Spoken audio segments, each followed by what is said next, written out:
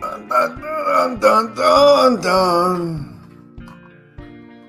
Dun, dun, dun, dun, dun, dun, dun, dun, dun, dun, dun. Hey guys,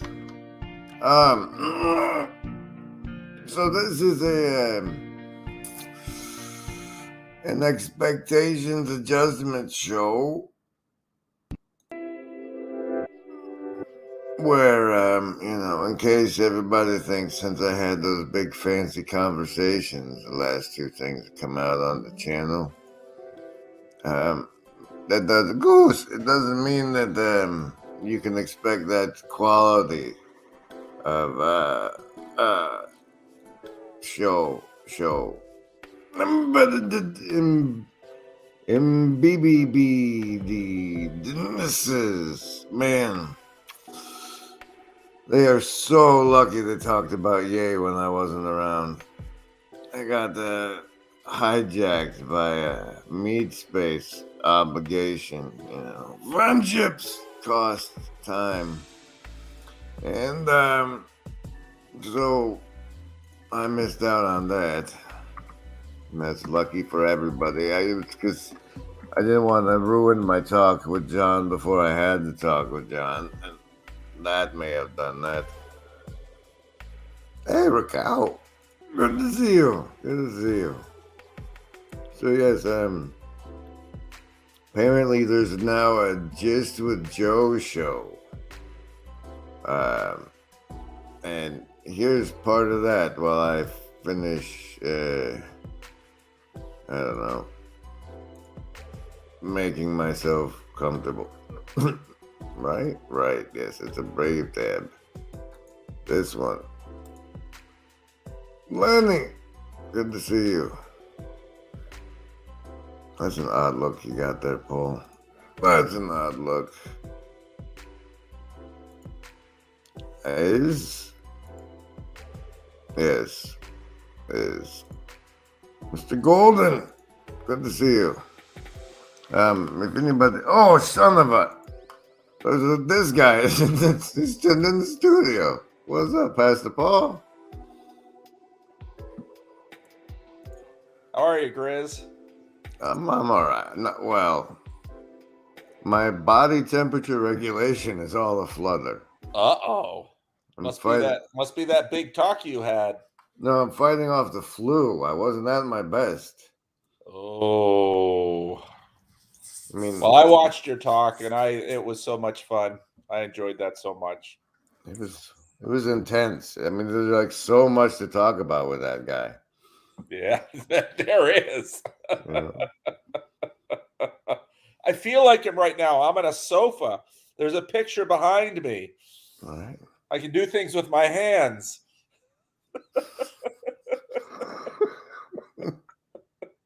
So what'd you make of that beyond narrative space thing? I don't know what you're referring to. When I related to him on how in my native timeline he's a philosopher king. Oh, yeah. By the way, that one, his left forearm up is robotic. It's clear. We think that's why he didn't become a philosopher king in this timeline. Because whatever happened to him to make that happen didn't happen in this one. But he goes into, like, he thinks that we can have moral aspirations without narrative or beyond narrative. Oh yeah, that. Well, that's a continual conversation. Sort of. I mean, and when he and Peugeot had that conversation a while ago, and I'm sort of on Team Peugeot in that, because even though I think I think our narratives are ways, they're tools, they're ways we can appropriate things that are enormously. I always say that narratives are compression algorithms. It's how we take a too complex world and we make them manageable. But in many ways, narratives are always reductions. They have to be because we're small. And Lewis gets into this in Miracles when he talks about the ascension, because here you have Jesus floating up, and Lewis, wrestles with that in the book and says, well, what are we to make of that? Can Jesus fly? And Lewis isn't skeptical about the historicity or physicality of Jesus' resurrection, but he notes that this this points to something which is beyond just Jesus getting liftoff. And narratives are always like that. They're in that way, they're iconographic, that they point to things that are beyond. And that's what every true reduction does. Okay. But they also, because of symbolism, they can point to things that are beyond what exists without compressing anything. Like the whole LARP gate phenomenon. This side narrative that inspires behavior and actions in serious play is, I don't know, it's Chad, I'm not going to put your butt on the screen with Pastor Paul. I'm sorry. It's nice to see you. But Dad. Well, it gets into this, and again, Lewis gets into this in Miracles too. It's the question of metaphor. Every time we say this is that, there's a it is and it isn't, or we wouldn't be saying it. And so I think what you're getting at in terms of LARP gate is participation, because participation is think about the Lord's Supper. The Lord's Supper is a participation. Think about baptism. Baptism is a participation. In Romans 6, we in baptism, we are united with Christ in his death, and we're united with Christ in his resurrection. That's baptism. So that's symbolic. Baptism is a ceremonial ordeal of drowning. So we go under the water where we can't live, and so we drown and we die. And then we come up out of the water and we breathe again. And so it's symbolic of resurrection. But now it's a part, this is the weird thing about Christian sacraments. So it's a participation, but it isn't the thing itself yet. So when people dress up to go watch a Star Wars movie like Luke Skywalker, it's a participation in Luke Skywalker, but there's not 100 Luke Skywalkers. Okay. But that doesn't mean it's not real. I mean, it's in the same way, the same thing as Peugeot's Santa Claus spiel. But beyond narrative, what do you have for that? What is?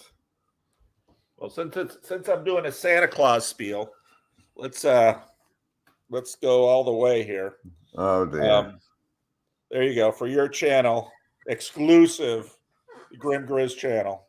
Yeah.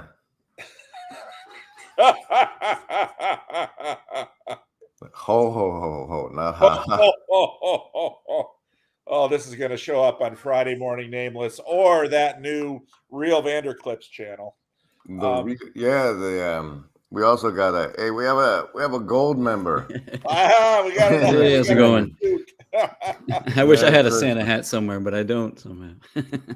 So got an EMF beanie around here. So so then you had that interesting. I thought your conversation with John was just great. It was just great. And it was great on so many levels.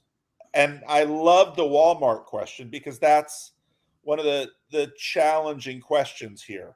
The village question. The village question. So when you asked about, you compressed it down into it's this full it's sort of the telos of mysticism and meditation that he talks about. He mentioned it at Thunder Bay.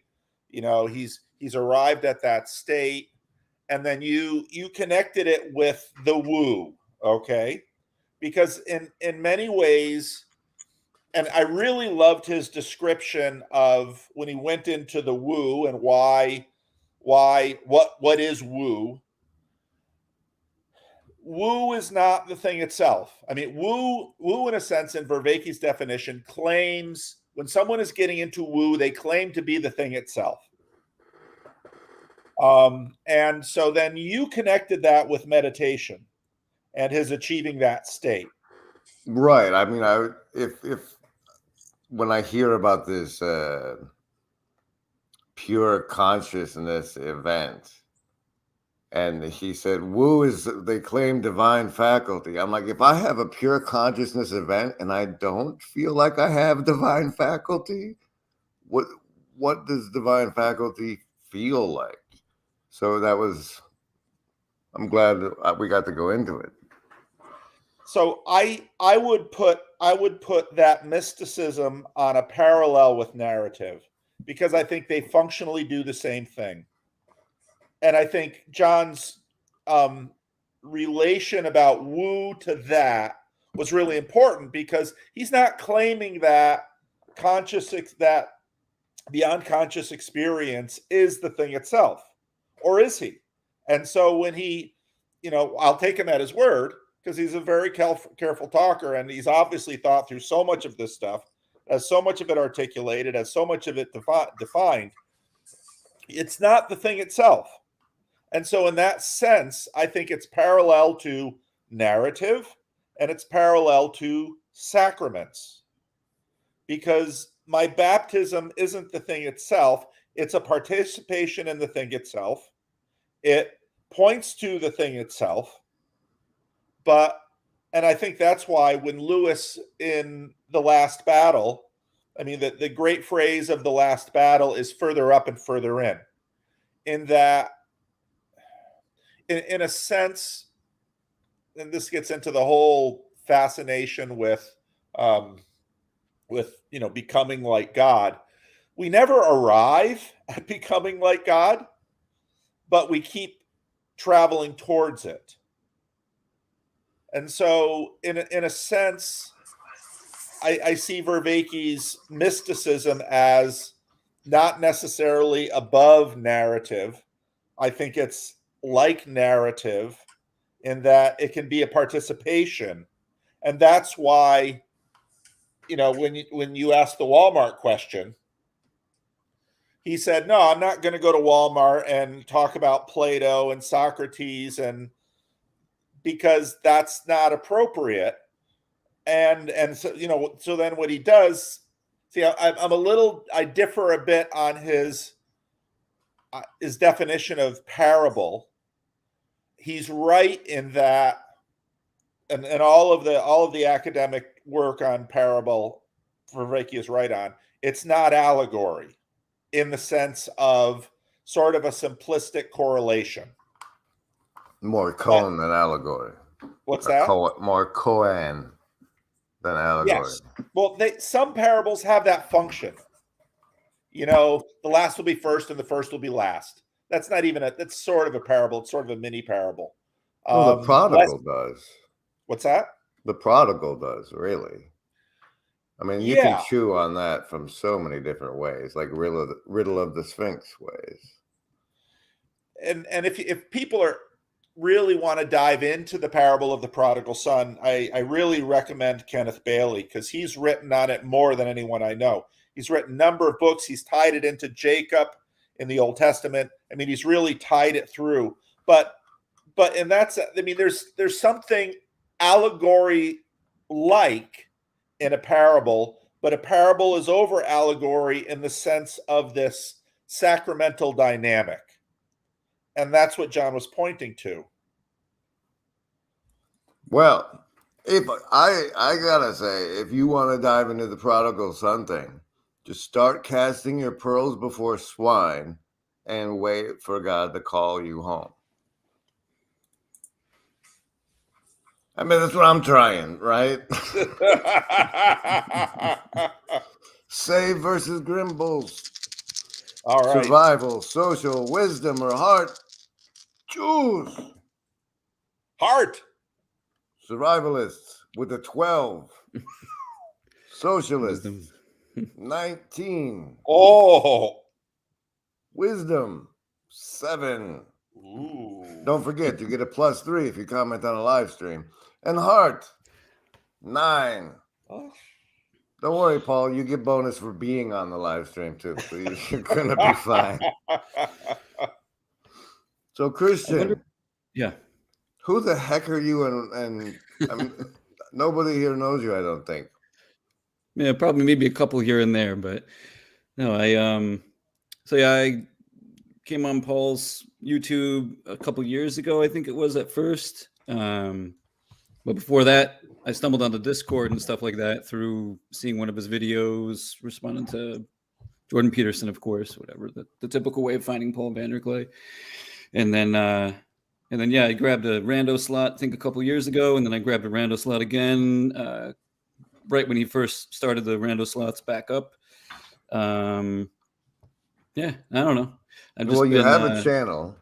Yep, I have a channel. Because I've seen you. I know I've been there and watched at least a little bit of something because I saw you in the algorithm, I think like yesterday, with this like, to all the Muslims giving me hell in my comments. That's not exactly how I worded it, but that's how I felt. And I chewed on it for a bit, and then I what do you say? I absorbed it a bit and repackaged it a little bit nicer than that. But that's certainly how I felt when I started to react. But yeah, I mean, with that video in particular, I try to didn't watch it, but I was like, wow, okay. he's got some partying going on. Yeah, so how long have you had your channel? I guess I probably had the channel for maybe like 3 years, but I didn't do anything really with it for the first year. And then I started putting up some music stuff, like worship type stuff. And then all right. But what are you getting the flack for? And when did that start? So I'm getting the flack for I guess, well, I had like 60 subscribers for like 2 years. And then I did a reaction to Biden calling Trump supporters terrorists, basically. And then all of a sudden now I have like 500 and something subscribers. So you went trolling, which is like not at all what I made the channel for, but you went trolling and you caught trolls. Teo. Yes. I think you're famous for being part of the European tour video series. Are you not? Yes, indeed. First time on the Grimsall channel. Pleasure to have you here. Welcome. Yeah. Take a step into the shadow. We try to make everyone feel virtually not alone. So you have fans in the Hive Mind chat. Welcome aboard. Oh, happy to be here. I was on the Just Chatting over on Jacob's channel, and Gavin said you were gonna be doing one, so I thought I'll jump in. Yeah, he's a participatory friend for somebody who gets kicked out of everything. So, are you doing a Q&A later today, PVK? No Q&A. I just have a lot of local work to do. I mean, it's this time of year, things start to speed up. People have needs. They get themselves in trouble. Yes, there's a Santa hat. So you gotta help local people who get in trouble. So Teo, you're an estuary leader now, yeah? Yes, I am. We've actually got our next meeting this coming Sunday. How often do you go? I mean, how often is it a thing? Once a month. So you're on number 2 or 3 at this point? 3. Have you found any trends, themes emerging? Yeah, well, because obviously I'm in England. The theme at the moment seems to be a lot of questions about Christianity, because we're a lot more secular than I think the States are. So it's just, yeah, there are no, I think I was the only Christian at the last meeting. So I felt like I was doing a Q&A. What were the questions? Just what role does Christianity play in nihilism, and what solutions does it offer to nihilism? Those sort of questions. We had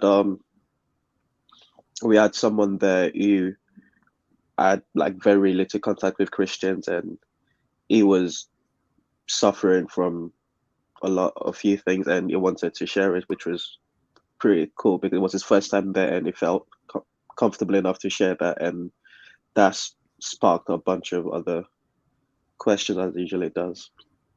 Are you an estuary leader, Grim? No. I'm pretty much an online only person. Virtually not alone. Yeah, but it's fun. I did the estuary Camelot, and I like the notion of like the estuary groups being the in-person meeting, and then the leaders coming together and sharing with the community what's on the ground, what kind of questions and stuff. Like That's a cool idea. one of the ones that was at the Camelot thing was he was doing it in the military. And so those kind of estuary questions are fascinating too, and I think it's like so once upon a time, the backstory is I thought since I didn't have a male role model, a good way to learn women was to read what they were reading, and there was this Anne Rice lady who wrote about this vampire Lestat, and his shtick was he was an institution who had trouble keeping himself updated and fresh. And so like now I have this awareness of the Lestat problem of keeping the flow of information and everything current. And so I try to watch things from those kind of angles too now. I think the church could learn a lot from that. Good. I'm sorry. I didn't mean to cut you off, Teo. No. Grizz, did you read Anne Rice's Story of Jesus?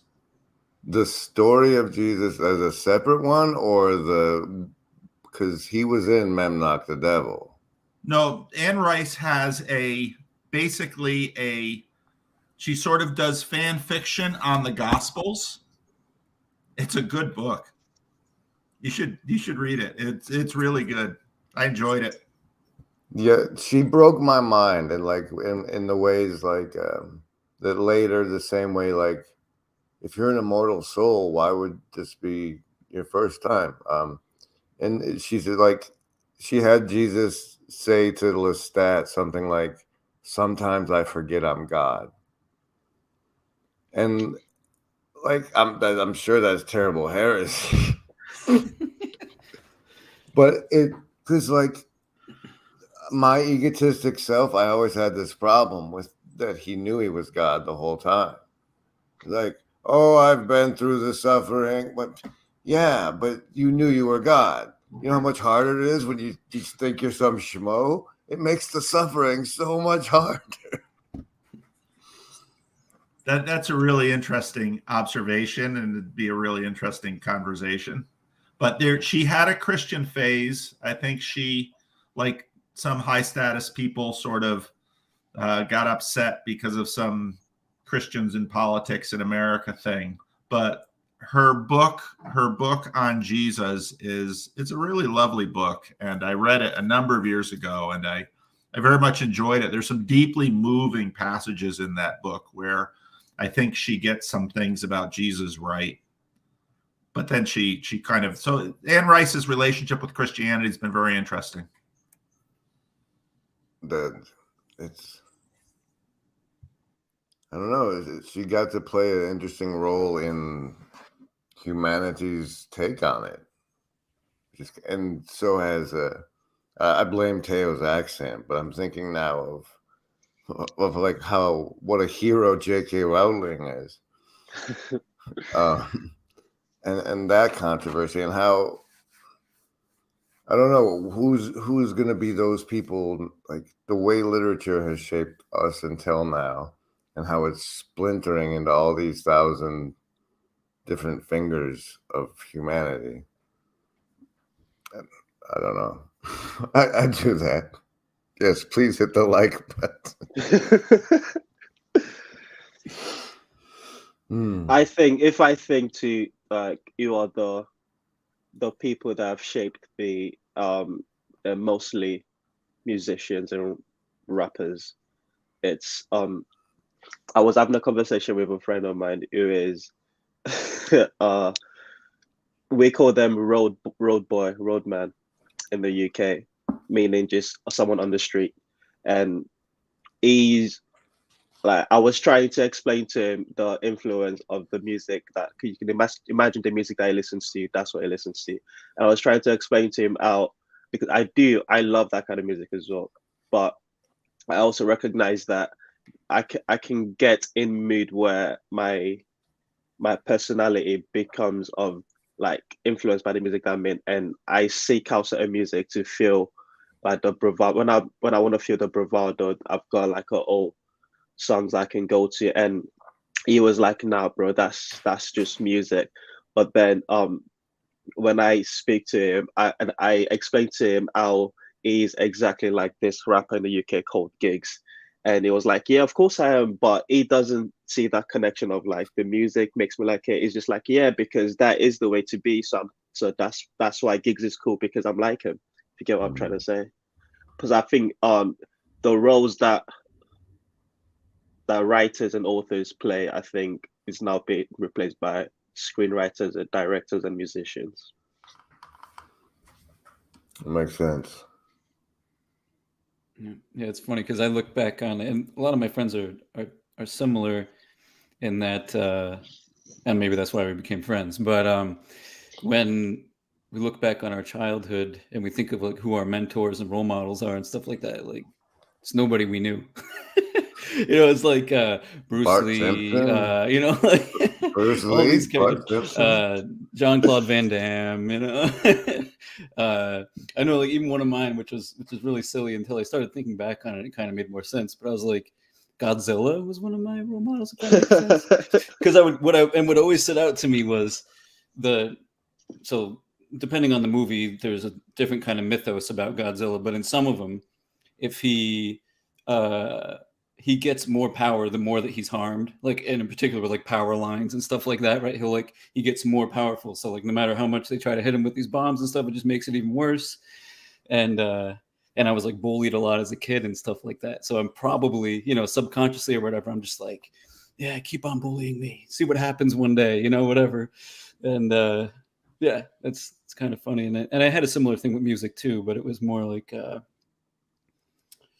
it wasn't so much the words being said as the emotion being elicited or whatever by the music, because it was mostly kind of like metal music, like Metallica, stuff like that, like the first few albums that Metallica came out with. And again, it was like tied to that sort of like since I was bullied, there was this part of me that felt like very weak and small, but if I could like use it somehow, like to make it a power somehow, so yeah, that's very interesting. And I think you're right on about the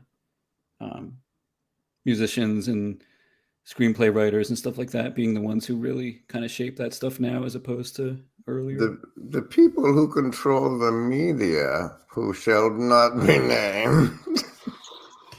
No, but I found it interesting. It's like some music is used as a pill because you want to feel that way. Mm-hmm. And then some music you use it because you are feeling that way and you need to feel that way alone and you don't want anybody else to have to feel that way. So you go find music to feel that way. And I think, I don't know, I was just tripping on that for a second. It's just like how there's once upon a time I read a blog post that I've never been able to find again. But it made the basic claim that everything in your office that you see is an identity marker or an emotional regulator. And it's like, ever since I had that pair of glasses, now it's like I can apply that lens to like the media we consume and stuff. And it's like Identity marker or what? What was the second one? emotional regulator, to regulate how you're feeling. Seems about right. And like you were saying that, like that, I don't know the name you use, a dude, it became his identity marker, the music and that lifestyle. It's also emotional regulation.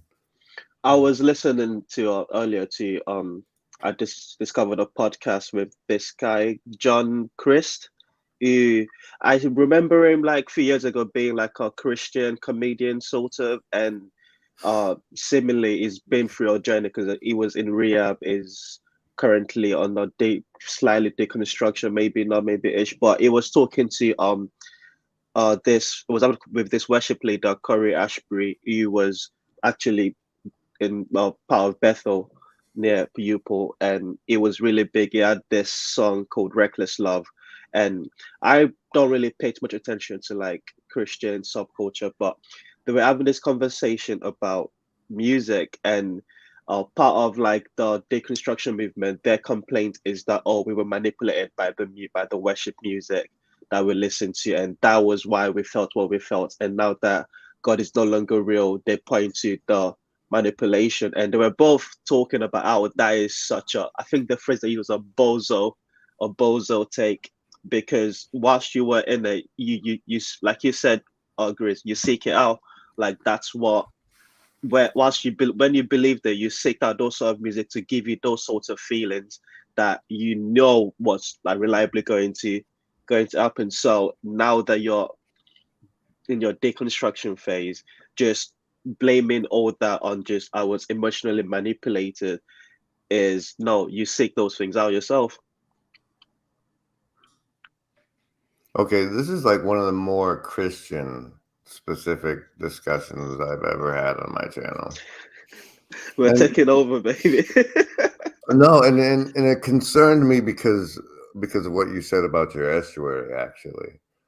I don't know if you recall, if you were exposed to the dream the lady had of Pastor Paul in England. But if there's any truth to that, things are about to get real over there. And like, I'm more likely to go Christian. Like when they start feeding them to the lions, I'm more likely to sign up. But is that what it would take for your conversion? So some people are waiting for a voice from heaven. Grim is waiting for a lion. I'm hoping not taking the mark is doing enough good. That and me doing the Lord's work, you know. But like, are the people? Let's see that shirt you're wearing, Grizz. This one? Yeah. Oh. I wanted to return to my Grimwald of the sewer people after having such fancy conversations. Grace the humble. But it's like, are the people who are Christians now ready for that? Because things are getting violent. Like the normalization of the Balencia thing. Like it's things are getting balls out, but it's not. It's all not. You know, it's pun intended. I mean, the new overlord of Twitter and all the attentional worship that goes into that thing is still wearing his ball costume and his avatar from Halloween. It's either things are going to get spicy or. And it just occurred to me. I saw. There's this guy. I call him a prophet of doom because it rhymes with his name. It's Ronald Van Loom on Twitter. But like he's consistently covers all the advances in like AI and robotics and stuff. And I think that's where I saw it. But they have made external wombs now. Oh, I think And I saw. I think I came across that actually. And it looked like a nest from Alien, like the Alien Queen's. I Like, think I saw shaped that like from a your nest. tweet. Yeah, I think that's Yeah. where I saw it. Your tweet. Yeah. And that's I thought kicked me for not seeing it sooner, but that's the trans movement. It's government control over human reproduction. And all this stuff about who you diddle and who you like to diddle and how you feel about that's not what it's about. It's like the decision is it's who, and like if that's where things are, and things are just getting faster and faster. Like that's one thing you can say about our history is it's speeding up. Like McKenna made that point that we were approaching like the singularity or the whatever at the end of time, and we're 10 Age of years after Pisces. we're 10 years after his computer simulation stopped. So Well, I feel like this is one of the reasons that the narrative is so important. Like, even if you can have some sort of moral framework or something like that that is not nested within and like emergent from some sort of narrative, the chances of it withstanding some serious battling seems much weaker. Like, it seems very unlikely that your moral framework will withstand significant opposition if it's not tightly nested in a narrative that is, to you at least, as true gets, right? So, well, our entire self is narrative as far as I can tell. yeah. Like we're the story we tell ourselves about ourselves, basically. And I think if you haven't ever, especially, give fasting a chance, because there's not, or if you're an addict to any of your addictions, give cold turkey a chance, because nothing will break your self narrative faster than like the beast you're actually riding around in, who will show you who's boss if you don't feed it. And But that's why we're more than narrative. And that's so you've got a narrative who you are. I've got a narrative who you are. Now there's my narrative of who you are is really incomplete. And it's probably distorted. But Grim Grizz is bigger than I can reduce to a narrative. And you're bigger than what you can reduce to your narrative. You're because part of your narrative is your parents, the place that you're living in, its history, the history of whatever. I mean, if the history of, let's say, the history of Christianity, because that intersects with your story, and so all of these narratives are, we can point to Grim Grizz through these narratives. But Vervaeke is right in that all of the narratives are insufficient. But there is a you beyond the narrative. I think when he talks about what's beyond the narrative, that's how there's always a Venn diagram of agreement. That's the overlap that I can agree with him on. That's helpful because it encompasses all narrative. I can imagine having a what do they call it? A moral aspiration. It feels like one of the things that Vervaeke bucks against the most in terms of narrative is an idea of a universal narrative that the individual needs to tap into in order to have a proper moral framework. I don't think it doesn't seem like he's Well, I'd say like he's aware of the that like the necessity of an individual being sort of well, the he knows valid what will needs. happen if there are no moral aspirations. I mean, that's like no, I don't hear it explicated as well as I would like anywhere. That we're in the beast system, and it's like we're gonna have to eat each other. We eat each other's lives via attention or whatever, and an easy way to get rich is to feed off baser natures. And Yeah, but then you become what you eat. Well, the New Testament is full of that stuff, Grizz. I mean, that's in a way part of what the New Testament adds is, in the Old Testament, it's fairly secular. There isn't really a full-blown Satan figure. You've got the figure in Job, of course. You've got the serpent that the New Testament looks back and says, aha. But what you just described is very apocalyptic. The New Testament is very apocalyptic. And that's the New Testament. I mean, Paul, when he talks about powers and principalities, John talking about the Antichrist, the book of Revelation. I mean, the New Testament is dripping with that stuff.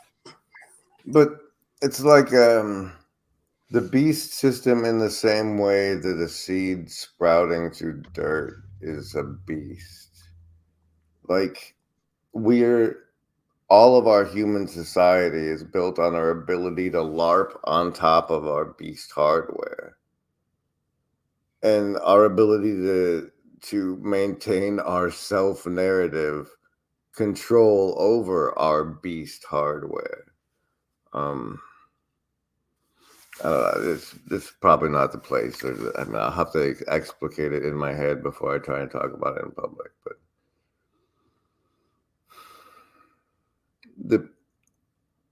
as far as the Christianity goes, do you guys feel that like if people are just wondering what can Jesus do for me, or like what church should I go shopping at,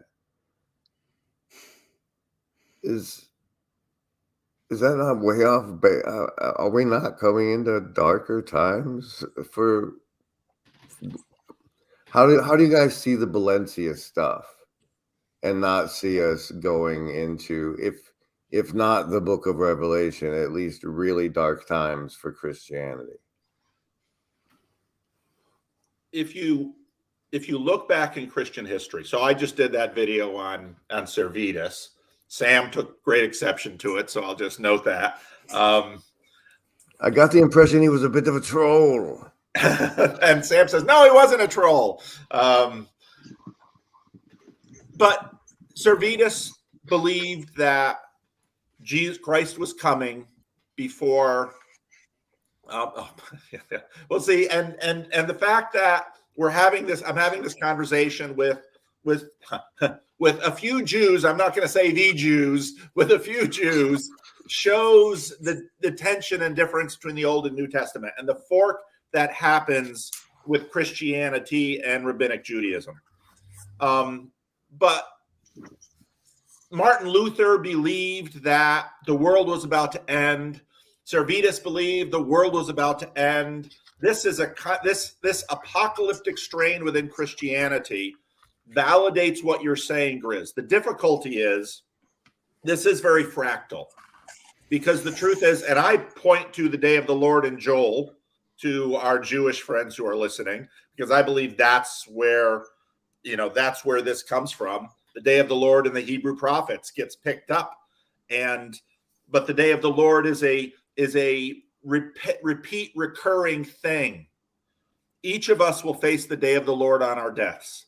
Many of us will face the day of the Lord with a divorce, with a cancer diagnosis, with a firing.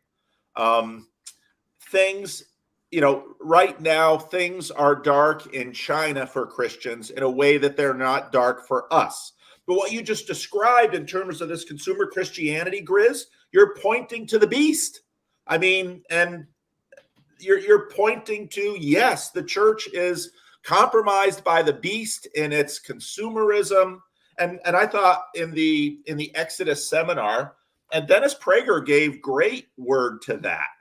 But that's behind the paywall. We're not allowed to talk about it. I know. I'm negotiating with Daily Wire as we speak about access and me being able to use it on my channel.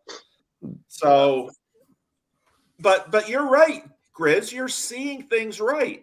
But the question is, how deep will it go? And how far will it go? How much blood will there be? There's always blood. This is a constant.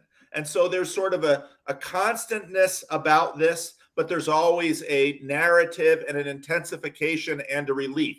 So in that sense, if you understand sort of cyclical ideas of narrative, those are going on. They're going on in our own lives, but also developmental aspects of narrative, those are going on. So you're not wrong, Grizz. You're seeing correctly. I think that's why the Orthodox are catching most of the pendulum swing of the oppression of the white males. But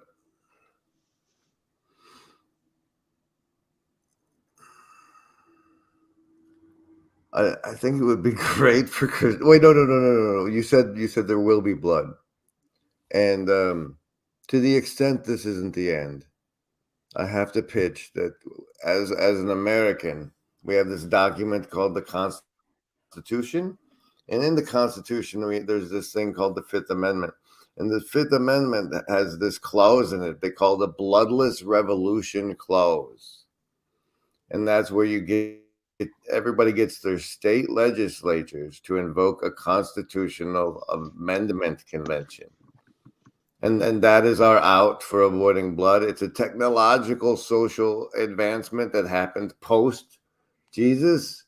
So not everybody recognizes it, but it is a societal innovation that I don't know if it's ever been properly tried before, but it is an option on the table, I like to point out to everybody.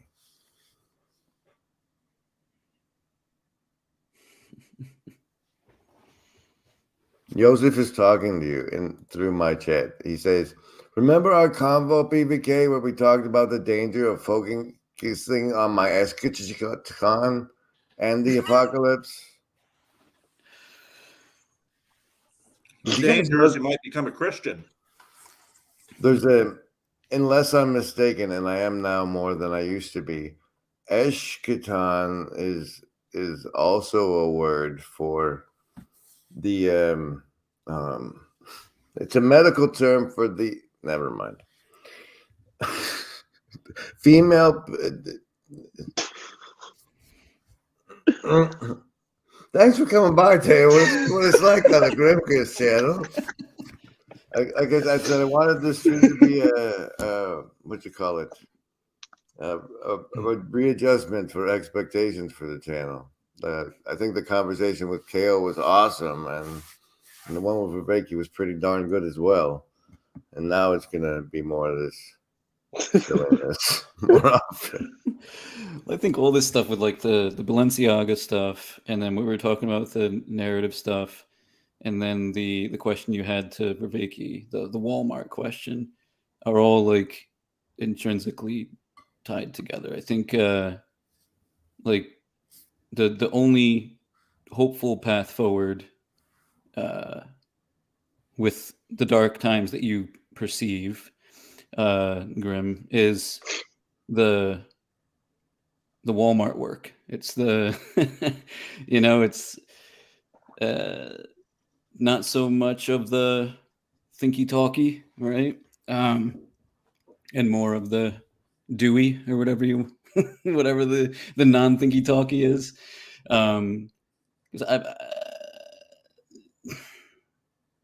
Paintball for Jesus. Paintball for Jesus. Yes, exactly. Yeah, it's well, I mean, it's really, really, really simple.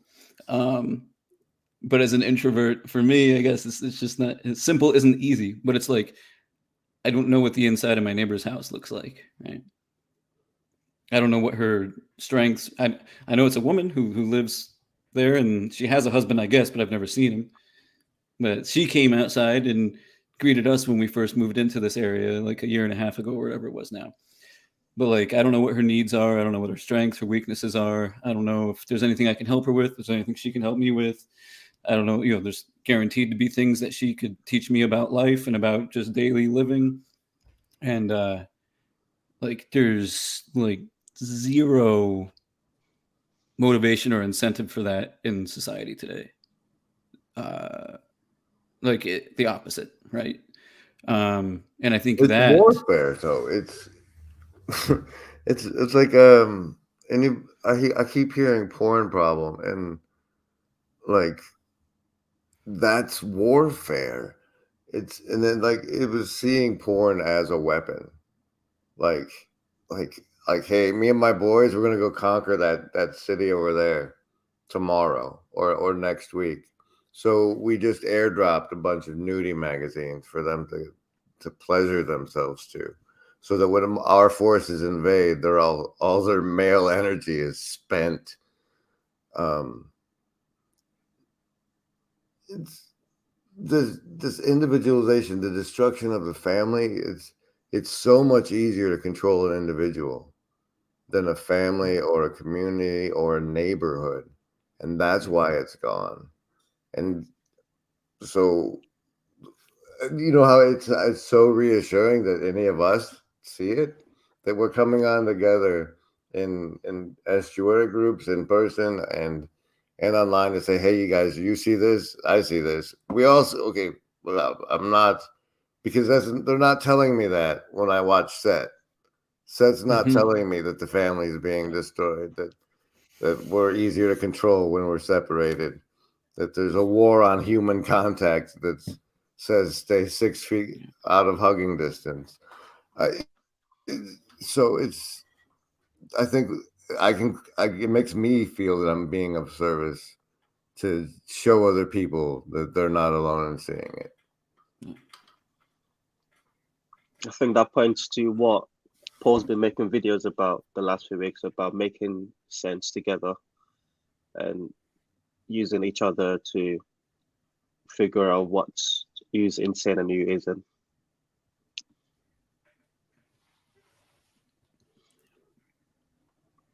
Yeah, because so Peugeot and Peterson focus on the relationship between worship and attention. Set just desires worship all the time. And that gets back to your cold turkey comment, Grizz. The digital fast that people are. So these, one of the things that I noticed early on is that you've got things going on in the church, and there's stuff there's stuff outside where people don't go to church. I really liked how you framed it with Chad, Grizz, about in the church, in a sense, people have a buffer, people have a chance. There was for a time when the seeker movement was really going that, and they still do it. They have these multi-site churches where the pastor is there on the big screen, to all of these different places. And that really hasn't gone in a lot of ways, because now we're obviously talking through screens here too, but we are talking to each other and we are listening to each other. And, people they both get too excited about estuary, or they get dismissive about estuary, where all estuary is people getting together for conversation. And again, you wouldn't think you would need such a thing, but under the regime of Set and the dark mirrors, the children of Set, we do. And it's important. And that's part of the reason why, generally speaking, it's not a rule, generally speaking, we don't record or put out estuary meetings. There are some examples out there because we do live in this world of screens, but the telos is in person. Yeah, but the spy's reporting to me That's separate from an estuary thing. That's little finger networking. Well, one of the problems with set is that not only does it desire attention, but it quite literally physiologically inspires attention, right? Just by the fact that one of my favorite things that Peugeot said was just an offhanded kind of thing. I don't even know when, maybe a couple of years ago at this point, he was doing a Q&A and someone asked him about, can you talk about the symbolism of television or something like that? And he mentioned the fact that television emits light, right? That our screens, our phones emit light. And so when we're watching a video of somebody, even somebody as wonderful as Paul Vanderklay, there's something in us that senses a being with a similar image to us, but is emitting light, right? And so there's like that not in the Book of Revelation? Like the power would be given unto the image to speak, and those dragonfly and those things that come out of the pit, like those are helicopters. Come on, guys. It's just, and we have these AI golems as well, right? That can speak to us. So I don't know if this is Paul Vanderklay or if this is a deep fake Paul Vanderklay, right? Speaking to me right now, who's been trained by some state-run data set, right? That's clearly Santa. Oh, hey guys, Yes. we got ourselves a porn bot since we brought up porn.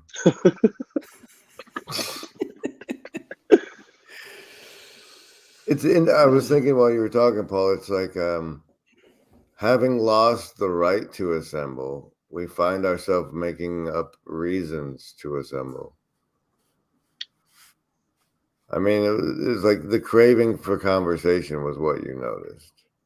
And it's because when the wall of the narrative is what your opponent processing with, you can't, if it's one-sided set worship, you can't opponent process with the narrative. You just have to take what you're told. And so we have to think together somehow. And I'm sure a lot of it's happening, like in video game chats, the people playing Fallout together and stuff.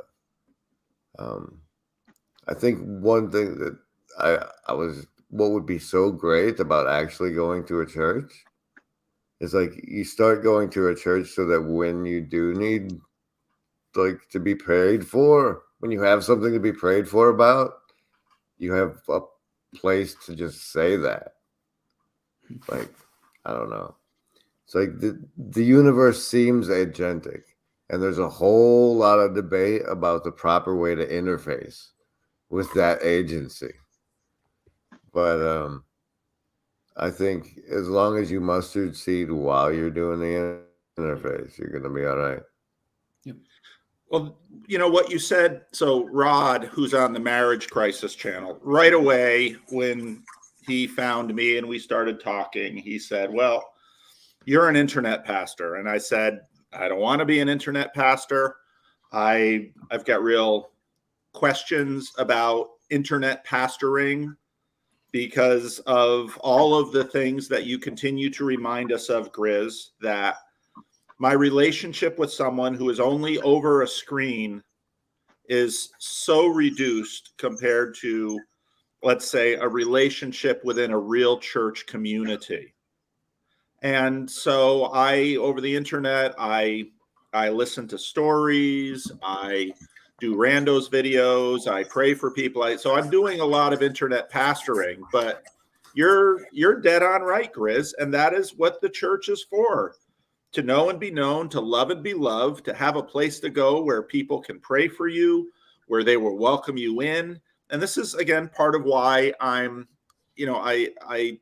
want churches to have estuaries, because it is, I know that it is difficult in many churches for people to, in a sense, come in and bring their real self. And what I mean by that is come in and say the kind of heterodox things that we hear on a lot of our little live streams.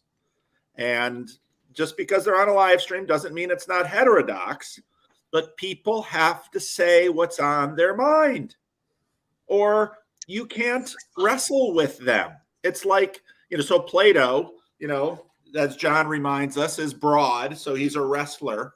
You can't wrestle over a screen. So maybe if it's paintball for Jesus, maybe it should be wrestling with Plato. Because in church, in a real space, now often it doesn't happen.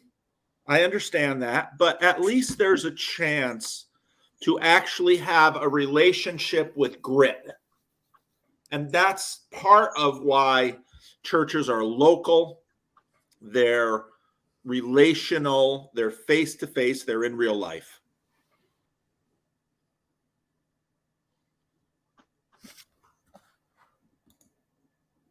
I've heard good things. There's a Methodist one literally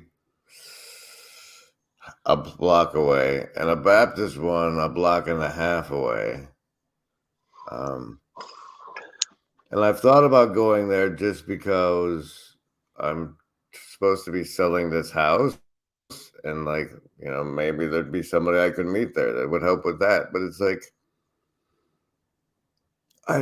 with what I actually think about reality, there's my issues with the Old Testament make me have to play along with a lot of stuff I don't to participate with them, and it feels dishonest. And I think a lot of what keeps people out of church is the hesitation that of being there honestly. To seriously pray, even. I mean, it's one thing to say, "Oh, Jesus," but to pray with knowing, or pray with the intention and belief, I guess, that what you're praying is gonna be heard. To put yourself in that state isn't necessarily a comfortable one for people. There's just like the question that you have, Grizz, about the apocalyptic. There's all of this stuff around what you just said. Every Sunday, people come to Living Stones, and if you watch the live stream, you'll hear the prayer request. And on one hand, you could say, well, wait a minute, all of these Christians could pray at home, and they are. All of these Christians could bring these things to God as they are, and they are. But there's something about coming to church in the assembly of the people, in this room that you have had all of the ministry of the word, the sacraments, the communion of the saints, where you've had all of this. Then you bring your prayer. And there's something about that teaches us, okay, and this is a tension between the Protestants and the Catholic and the Orthodox, but Protestants go for this just like everyone else does. Okay, this is the place of God, and these are the people of God, and here is my need. And I've said this to God again and again and again, and I haven't got what I've answered. So now I'm coming to church, and I'm going to do it. And it's sort of like the woman who has had the issue of blood, and she makes her way through the crowd, and she grabs after Jesus' garment, and Jesus said, "Who touched me?" And the disciples are like, "We're like this, Jesus. Everyone's touching you." No. And the fact that, this whole question you had earlier, Grizz, about when did Jesus know that he was, people love to think about that because it's just a mind-blowing question about the incarnation. But Jesus asked the question, "Who touched me?" as if he didn't know, and maybe he didn't know, and maybe we don't know. We don't even know what we think in our noodle. But that's, in a sense, what the church is for, where, yeah, it might be a messed up church, and the pastor might have all kinds of problems, and the music might be terrible, and the people might be sketchy. But to me, those are, you'll find God will be there under all the mess, and you can grab the hem of the garment. Chad had a terrifying notion. Perhaps you're in a constant state of prayer, whether you like it or not. That definitely puts a different light on porn addiction, doesn't it? It's Cause your them- point. It's the same point. It's a graven image. I'm sorry I didn't see you down there in the in the thing. I've never had so many people in my StreamYards before. I don't last long, fellas. And unlike Jacob, I don't let people just run off on the channel. So I'm just gonna thank you all for being part of it. Teo, goodbye, and everybody else, goodbye, good night, and thanks for being here, virtually not alone, with all of us on the Grim Grizz live stream. Good night, everybody.